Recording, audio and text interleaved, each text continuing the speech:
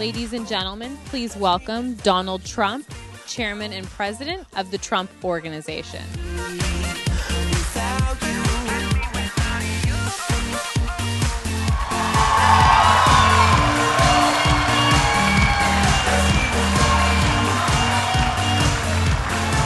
Thank you very, very much. You notice, no teleprompter. We don't have teleprompters. I just said, how many of these people are using teleprompters? They said almost all of them, so we can't do that.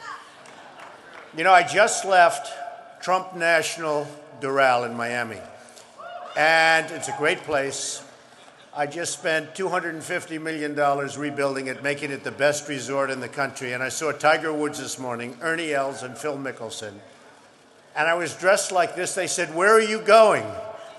And I said, "I'm going to CPAC." Now, I don't know if they knew what I was talking about. They acted like they did, so that was very impressive. But I created a lot of jobs there. And right down the road, thank you, you look so nice. And right down the road, I'm creating jobs. We start in 1 month on the old post office, which is an incredible building. And tremendous numbers of jobs, lots of money going into it, and it'll be perhaps the most luxurious hotel when we finish anywhere in the world. And we're very proud of it, right on Pennsylvania Avenue, right next to the White House. And between the White House and Congress is sort of an interesting place to be. But I have to tell you that our country is in serious, serious trouble. We owe $17 trillion our debt. How do you pay off $17 trillion? Nobody ever heard the expression a number of years ago, the word trillion. We have debt that's beyond belief. We have deficits that nobody can even comprehend.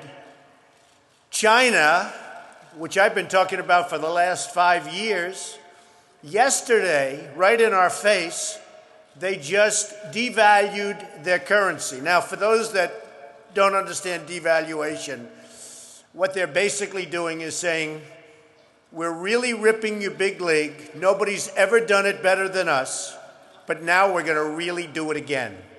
And the reason they did it, and everybody was surprised by it, was because our leadership is so weak and so pathetic that they can get away with it. And believe me, they're taking our jobs, and they're taking them big league. And China's not the only one. You look at other countries, they're all doing the same thing.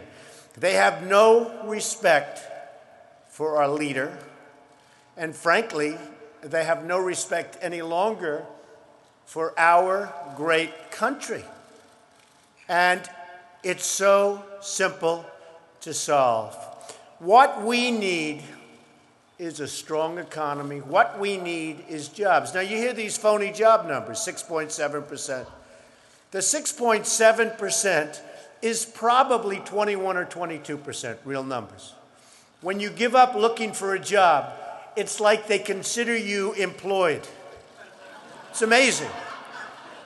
They changed this. You know, in the old days, if you had people that couldn't find work, they couldn't find work. Today, such a huge number, probably like we haven't had, in fact, some numbers came out, the worst in 36 years. With all of that being said, and when you look at what's going on, we have a president that just today came out with his lowest job approval rating, 38%. And yeah, you know, I'm so torn because actually, in a certain way, I'd love to see him do a great job. I'd love to see him put the country back. I'd like to see him bring the country back, but we all know it's not going to happen. We all know it's not going to happen. His disapproval rating is 54%. When you think of that, it's sort of inconceivable. I mean, we're getting into Jimmy Carter territory. And I never thought I'd see anything like that again. I lived through that time, and it was not a good time. And we're pretty close. I think maybe by next month we will have surpassed the late, great Jimmy Carter. So that's the way it is, and that's the way the country is. And You know, I want to see something happen that brings the country back.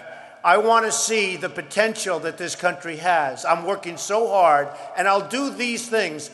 Al has done an amazing job with CPAC, and it's not that he really has. Where is he? He's around here someplace. He has done really an amazing job. Everybody wants to be here. When he calls, you come here, and we get our point across. I have to tell you, the people in this room are people that want to see this country be great again. It's very simple. Somebody said, who is your audience? Somebody said, who is your audience? Who are they? And I actually said, these are people that love the country, that want to see it be great again. It's very simple. So it's just one of those things. Now, we have a big election coming up in 2014. I believe the Republicans, and conservative Republicans, because the word conservative to me is very important, conservative Republicans, we're going to take the Senate. I believe that. I think that's going to happen.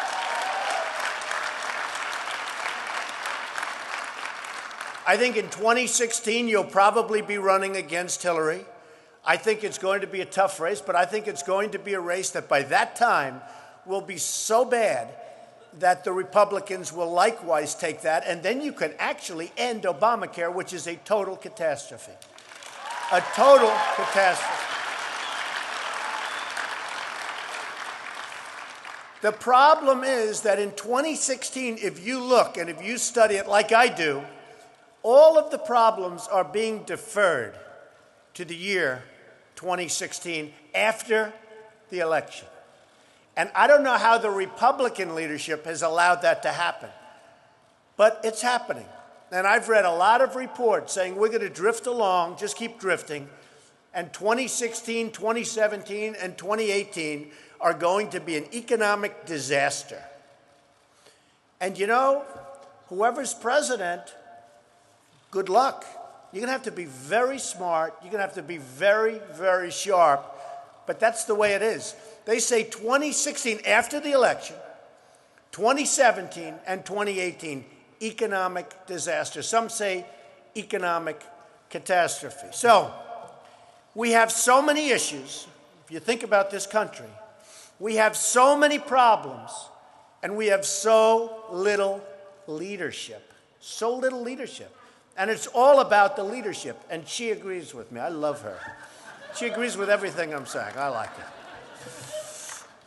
You know, if you look at just what's been happening over the last couple of days, Russia and Putin. You know, I was in Moscow a couple of months ago. I owned the Miss Universe pageant.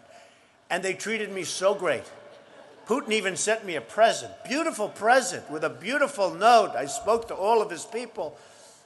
And, you know, you look at what he's doing with President Obama, he's like toying with him. He's toying with him. So he has the Olympics. The day after the Olympics, he starts with Ukraine. The day after. How smart. You know, he didn't want to do it during the Olympics. Boom. The day after. So our athletes leave, we all leave, and the day after. And you know, when he goes in and takes Crimea, he's taking the heart and soul, because that's where all the money is. I was surprised. I heard that the other day. They were saying most of the wealth comes right from that area. That's the area with the wealth. So that means the rest of Ukraine will fall, and it's predicted to fall fairly quickly, because without the money, it's like this country. If we don't make this country great, it's going to fall. It's going to really fall. It's already falling. You go into our airports, you go look at our bridges, you look at our roadways. We're becoming a third world country. So when you see what they're doing in Ukraine, it's just a question of time. Now, Putin is very friendly with Iran. Iran is causing us tremendous problems. Syria, Afghanistan, Iraq. Iran is now selling to Iraq its weapons. Iran has already taken over, essentially, Iraq. It's amazing. Now, we lost tremendous lives, so many wounded warriors. These are great people. I know so many of them. I try and help as many as I can, but so many, so badly wounded. And these incredible people came back to this country. And what have we gotten for it? What have we gotten? We spent $2 trillion in Iraq, and then we pull out. Now, I took a lot of heat, except from conservative people. When we went over there, I said, hey, I assume we're taking the oil. Are we taking the oil? And people said, what a horrible thing to do. You know, in the old days, you had a war. You ever hear the expression, to the victor belongs the spoils? Okay? To the victor. And I took such heat. It actually was Al. It was at CPAC. I said, if we're leaving, take the oil. At least pay us back. And I come out, front page news, oh, Trump is a horrible human being. He wants to take the oil from a sovereign country. Sovereign. Give me a break. You see the people ripping off sovereign. Hey. Unbelievable. So, you know who's taking the oil now? Iran. Iran. And what people don't know is that Iraq has the second largest oil reserves in the world. Who knew that? I knew it. Taking a couple of trillion is peanuts. They have 18 trillion underground. Give us 2, just 2, maybe 3. But people went nuts. Now you look at what's going on with Afghanistan. You have Karzai that's treating our president like he doesn't even exist. So they make a deal, and I'm not advocating stay, because frankly, I want to build this country. I want to build these schools. I don't want to build a school in Afghanistan, a road going to the school, watch it get built up and then blown up 4 times, and they keep rebuilding and rebuilding. And you go to Brooklyn, New York, and you can't have schools. You go to Iowa, you can't. You go to wherever you go, and you can't have schools. Because we don't have any money, because we're spending it in other places where, frankly, they don't want us, and I don't want them. And it's amazing.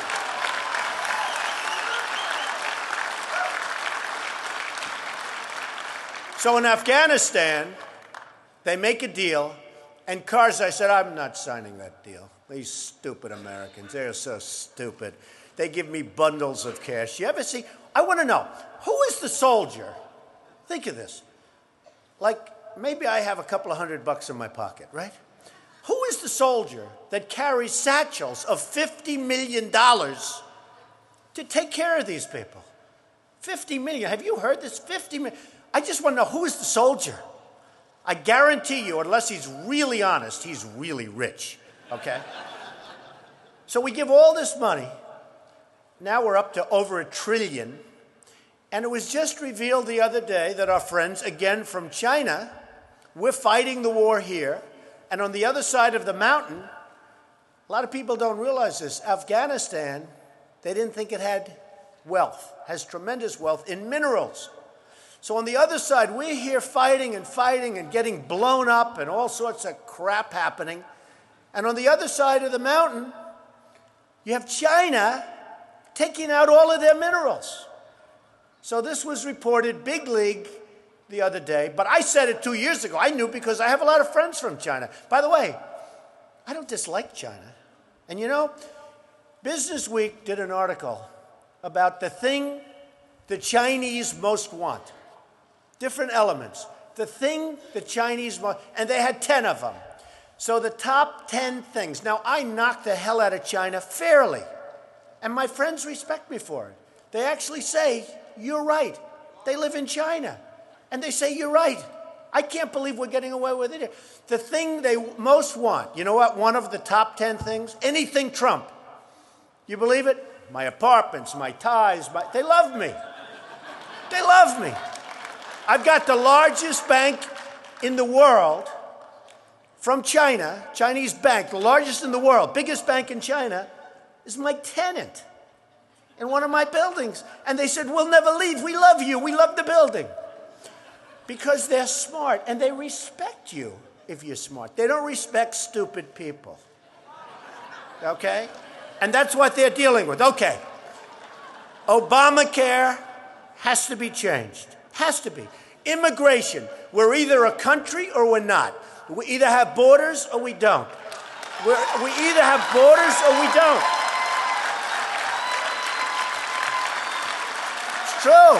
I mean, you know, you have a border, you have a country, and if you don't have a border, what are we? Just nothing. A nothing. And I feel strongly about that. And I have to say, as conservative people and as Republicans, many of you, some are so conservative you don't even want to be a Republican, and I understand that too. But as conservative people and as Republicans, when you let the 11 million, which will grow to 30 million people in, I don't care who stands up, whether it's Marco Rubio or and talks about let everybody in, you won't get one vote.